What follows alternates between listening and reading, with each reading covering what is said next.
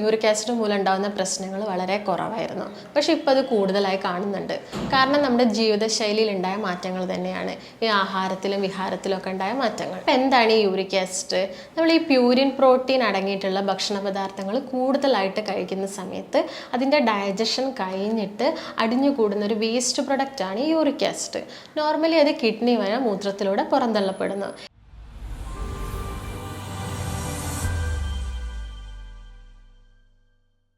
നമസ്കാരം, ഞാൻ ഡോക്ടർ ഭാഗ്യ, Q1 health കെയറിലെ ayurvedic physician.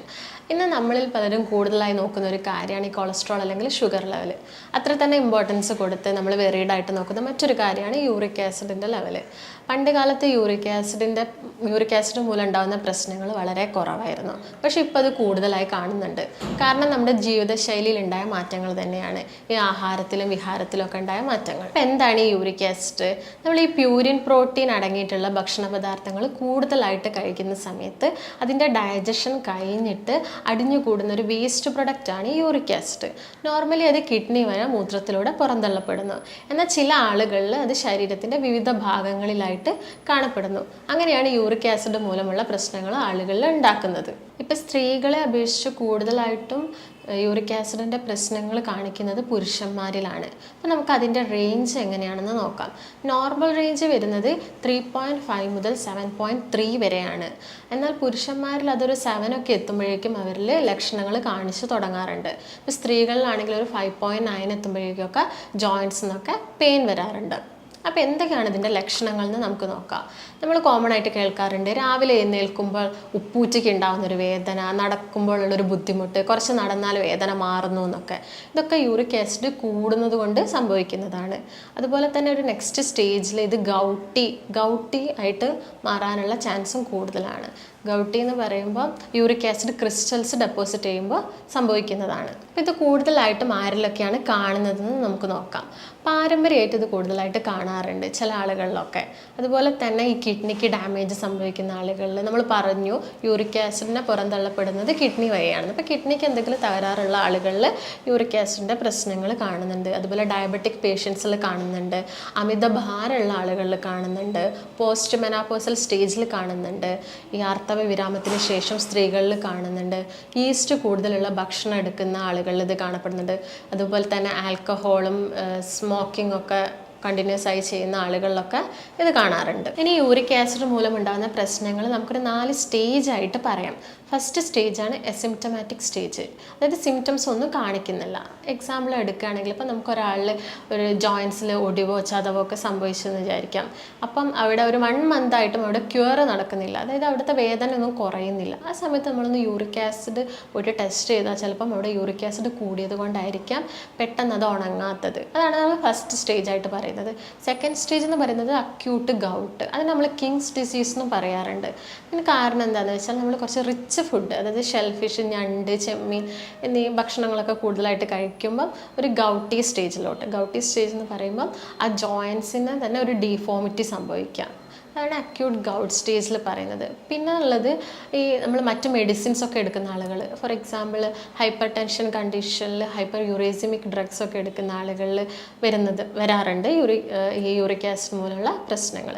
പിന്നെ ലാസ്റ്റ് കാര്യം പറയുകയാണെങ്കിൽ ജനിതകപരമായിട്ട്, അതായത് യൂറിക് ആസിഡ് മെറ്റബോളൈസ് ചെയ്യുന്ന എൻസൈംസ് വേണ്ടത്ര ഉൽപ്പാദിപ്പിക്കപ്പെടുന്നില്ലെങ്കിൽ നമ്മുടെ ശരീരത്തിൽ യൂറിക് ആസിഡ് മൂലമുള്ള പ്രശ്നങ്ങൾ കൂടുതലായിട്ടും കാണാറുണ്ട്. അപ്പോൾ നമുക്ക് എങ്ങനെ രോഗനിർണയം നടത്താമെന്ന് നോക്കാം. നോർമലി നമ്മൾ ചെയ്യാറ് സിറം യൂറിക് ആസിഡ് ടെസ്റ്റാണ്. അത് നമ്മൾ ബ്ലഡിലോ അല്ലെങ്കിൽ യൂറിനിലോ ചെയ്യാറുണ്ട്.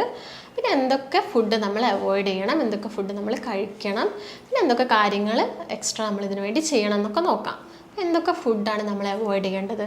നമുക്കറിയാം, റെഡ് മീറ്റായ പോർക്ക്, ബീഫ്, മട്ടൻ, താറാവിറച്ചി, അതുപോലെ തന്നെ ഓർഗൻ മീറ്റ്സ് കംപ്ലീറ്റ് ആയിട്ട് ഒഴിവാക്കണം. ഷെൽഫിഷുകൾ ഒഴിവാക്കണം, ഞണ്ട്, ചെമ്മീൻ, അങ്ങനെയുള്ള ഷെൽഫിഷൊക്കെ നമ്മൾ പൂർണ്ണമായിട്ട് ഒഴിവാക്കാൻ ശ്രദ്ധിക്കുക. പിന്നെ ചീര, പയറുവർഗ്ഗങ്ങൾ ഇവയൊക്കെ കുറച്ച് കൊണ്ടുവരിക ഭക്ഷണത്തിൽ. അതോടൊപ്പം ചായ ഒരു ദിവസം 3 ചായ, അതിൽ കൂടുതൽ ചായ എടുക്കാതിരിക്കുക. പിന്നെ നമുക്കറിയാം fried food, fast food, oily food, ഇങ്ങനെയുള്ള കാര്യങ്ങളൊക്കെ കംപ്ലീറ്റ് ആയിട്ട് ഒഴിവാക്കുക. ഇതൊക്കെ ശ്രദ്ധിച്ചാൽ നമുക്കിത് ഒരു പരിധി വരെ കുറയ്ക്കാൻ സാധിക്കും.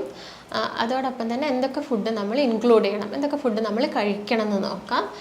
കൂടുതലായിട്ട് നമ്മൾ വെള്ളം കുടിക്കണം, ധാരാളം വെള്ളം കുടിക്കണം എന്ന് പറയുമ്പോൾ മിനിമം 8 ഗ്ലാസ് വെള്ളം ഒരു ദിവസം കുടിക്കാൻ ശ്രദ്ധിക്കുക.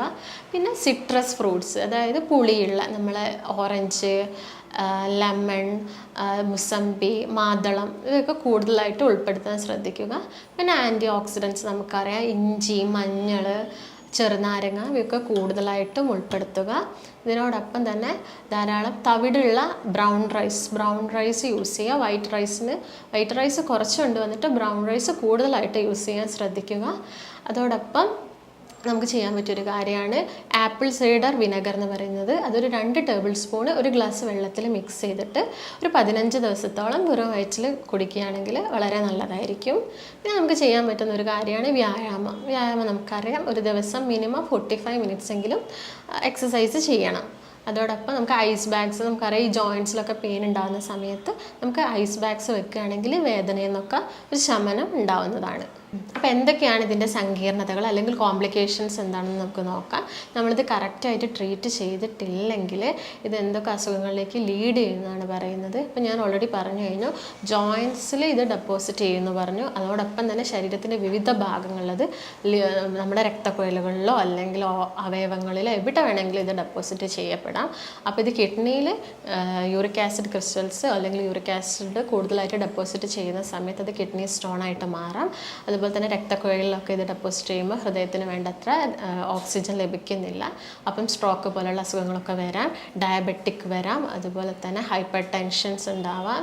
അങ്ങനെ കുറേ കോംപ്ലിക്കേഷൻസ് ഇത് മൂലം ഉണ്ടാവും. അതായത് ഓൾമോസ്റ്റ് കുറേ അവയവങ്ങളെ ഇത് ബാധിക്കും. അപ്പോൾ യൂറിക് ആസിഡ് ഉള്ള ആളുകൾ കൂടുതലും ശ്രദ്ധിക്കണം.